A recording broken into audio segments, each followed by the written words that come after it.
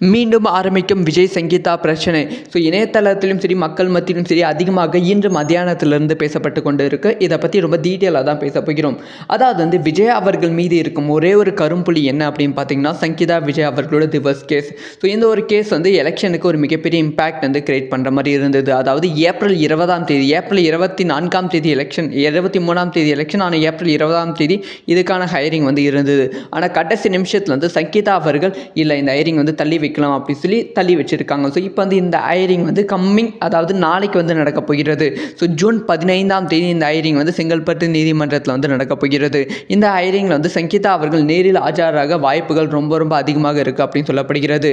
6 மாதம் காலம் விஜய் சங்கீதாவுக்கு அவகாசம் கொடுப்பதற்கான வாய்ப்புகளும் இருக்குது. நாளைக்கு காலையில் 10 மணிக்கு இந்த ஒரு கேஸ் ஹையரிங் வரப்போகுது.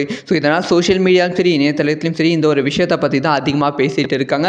முக்கியமாக நிறைய நியூஸ் சேனல்ஸ் விஜய் அவர்களுக்கு எகெயின்ஸ்டாக இந்த நியூஸ் பரப்பி கொண்டு இருக்கிறார்கள். இது ஒரு வேளை இது விஜய் அவர்களுக்கு எகெயின்ஸ்டாக வந்துவிட்டால் அதை வச்சு திமுக இன்னுமே பெரிய அரசியல் பண்ணுவதற்கான வாய்ப்புகள் ரொம்ப ரொம்ப அதிகமாகவே இருக்குது. என்ன நடக்க போகிறது அப்படிங்கிற விஷயத்தை நம்ம வெயிட் பண்ணி தான் பார்க்கணும். இதை பற்றி உங்களோட ஒப்பீனியனை கமெண்ட்டில் லீவ் பண்ணுங்கள். இந்த மாதிரி எல்லா விஷயம் தெரிஞ்சுக்கணும், சப்ஸ்கிரைப் பண்ணி சப்போர்ட் பண்ணுங்கள்.